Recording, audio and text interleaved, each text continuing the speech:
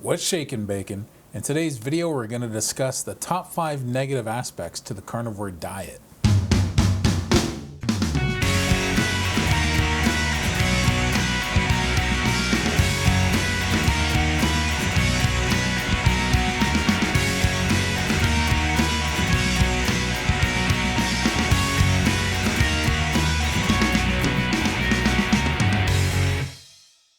So a bit of an update. My name is Bruno Panucci. I've been doing this carnivore diet for about a year now.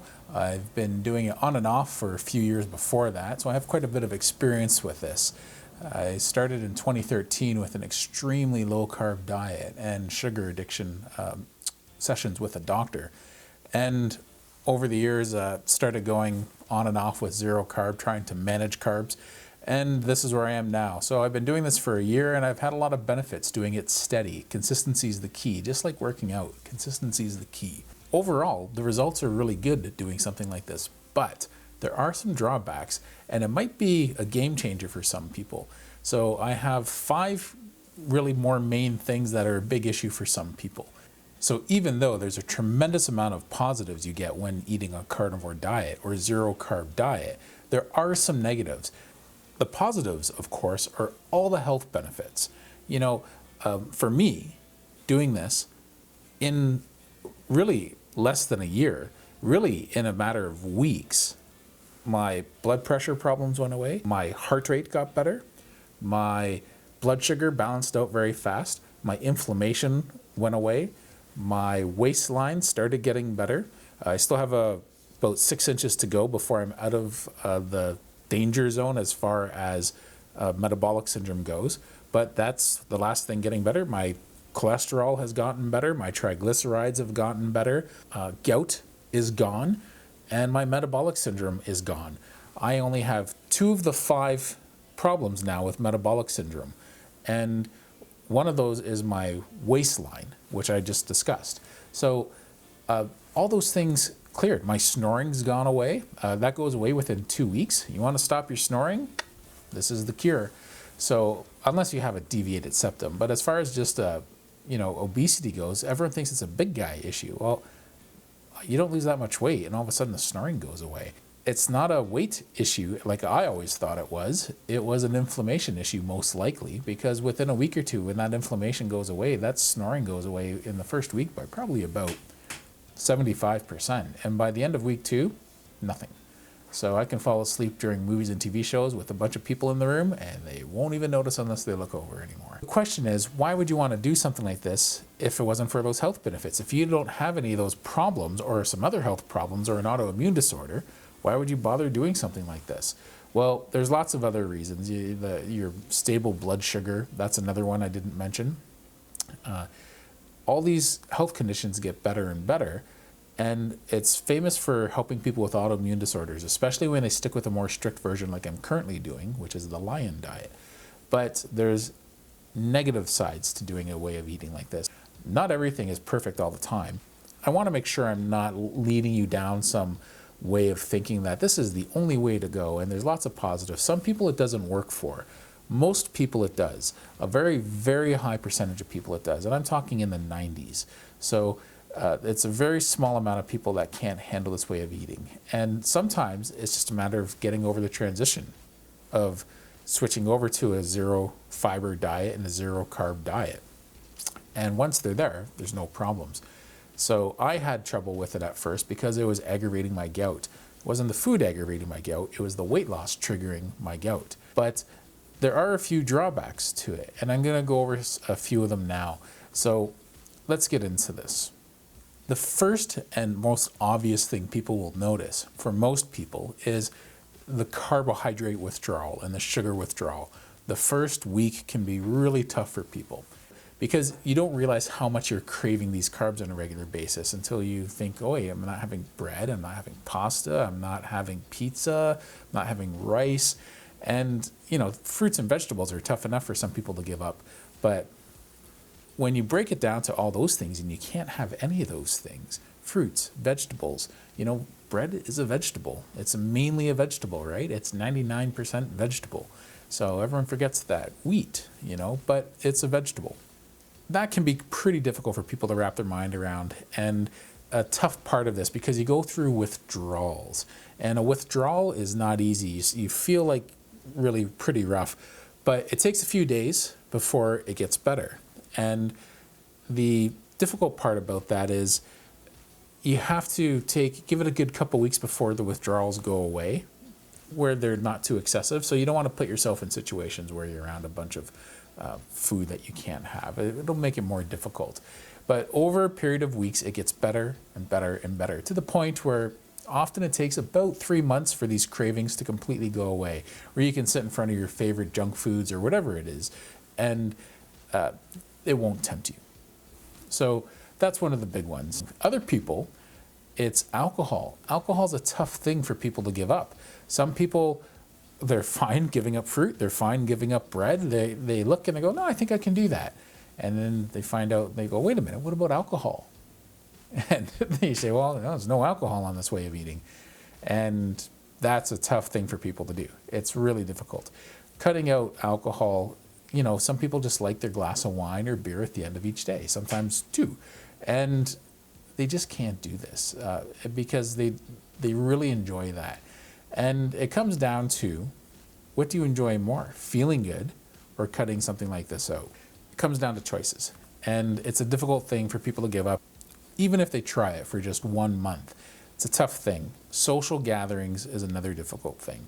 So when you go to people's houses and you end up, getting invited, and then you got to explain to them that you're on an all-meat diet, and right off the bat that raises a bunch of questions. And I always explain that it's easiest to explain this as an elimination diet, and you're eventually going to be going back to bringing in carbohydrates back into your diet. And people can wrap their minds around that, but it's still difficult because you go to somebody's house. Just last weekend, I went to my parents' house for dinner, and my dad made ossobuco. And he does it in a pan, in the oven, for a few hours, and that's like the calf shank of the leg, right? So, of a cow. And you have to cook it really slow. It comes out really tender. It has a nice flavor, but he cooks it in a tomato sauce. And I was like, and he said, well, it's still meat. He just doesn't get it. And so it becomes uncomfortable if you go to someone's house and you haven't filled up beforehand on the food you can eat, so that if you go there and you get put in a position like I was, where you want to eat it, but you want to be polite, you don't want to offend anyone. So I grabbed the piece and I scraped off all the tomato sauce, what there was on it by the time I got it. And I had a piece so that way I didn't offend anybody. But typically what I'll do is I'll eat before I go to my parents' house or anyone else's house. Sometimes you can bring your own dish and just say, please don't worry about me. I'm just going to bring my own food. I'm on a really restricted diet. And after a while, people just go, oh yeah, don't worry about that person. They're just going to bring their own stuff. And that's not so bad, right? Because people get used to it after a while. And it is difficult going into those situations. Another thing that's difficult for people to handle on this is the diarrhea. In the beginning, there's a transition phase where you're going without fiber, and they believe doing that actually takes a week or two for your body to adapt to zero fiber in it. And when you're getting enough fat, I think in your diet what happens is it gives you diarrhea. It's not uncommon to get that side effect. And what we want to do to combat that is have typically leaner meats. So if you notice you're getting diarrhea in the first while, you can have leaner meats to combat that, or you can even have some cheese. You might slow down any weight loss or health benefits you get in the beginning, but it'll make the bathroom end of things a little easier, no pun intended. So what we want to do is try and keep in mind that's something that is going to be difficult depending on your job. Sometimes you have a job where it's no big deal if you can get up and just go to the bathroom whenever you need to, but other times, you can't always make bathroom trips as conveniently as some other people, so you need to manage it. And that's where the carnivore diet for some people can be difficult in the beginning, and there's ways to manage that. Keeping this way of eating to yourself can be difficult, because as soon as you explain to someone that you're doing this, I'm doing this cleanse for a month or 2 months, or even if it's a new lifestyle choice, people have these misconceptions about meat and that it's unhealthy for you. And they don't want to hear that you've done the research, because it's been so ingrained in us. Ever since really the beginning of this started with Dr. Ansel Keys in the 50s and 60s. And he just drove it like you wouldn't believe. He just insisted that meat was unhealthy, and he did his own studies, and they were very flawed studies. He had to change all the stats in his studies because he ended up fudging the numbers because the studies didn't look the way he wanted them to look, and they didn't present the way he wanted them to present. So he originally did the 7-country study. That's a famous study on diet and its impact on lifespan and different aspects to quality of life. And it was an epidemiology study. And originally, there were a lot more countries. If I recall, it was in the 20s. It might have been 20 or 23 countries in that study, and the numbers didn't look the way he wanted them to prove his theory. So he cut a bunch of the countries out. And he was one of the doctors that first started saying saturated fat is bad for you. And now we know saturated fat is good for you. It's the vegetable fats that are bad for you, because when you cook them, they become carcinogenic. They're so processed, they're not healthy for you. Now, cold-pressed vegetable oils aren't as unhealthy. You know, you look at olive oil, coconut oil, those are cold-pressed types of oils, and they're healthier for you. But on this way of eating, you don't have any of that. Everything is animal products. If it's not an animal product, it's not on your diet. So the problem with animal products, it's a loose term as well, because some people think you can have honey on this way of eating. The problem is, this was always known as a zero carb diet, long before it was ever known as a carnivore diet. So everyone thinks nowadays, because this one doctor out there started having honey in his diet, that this is okay because that's an animal product. Well, it goes exactly against what carnivore is supposed to be, which is zero carbohydrate.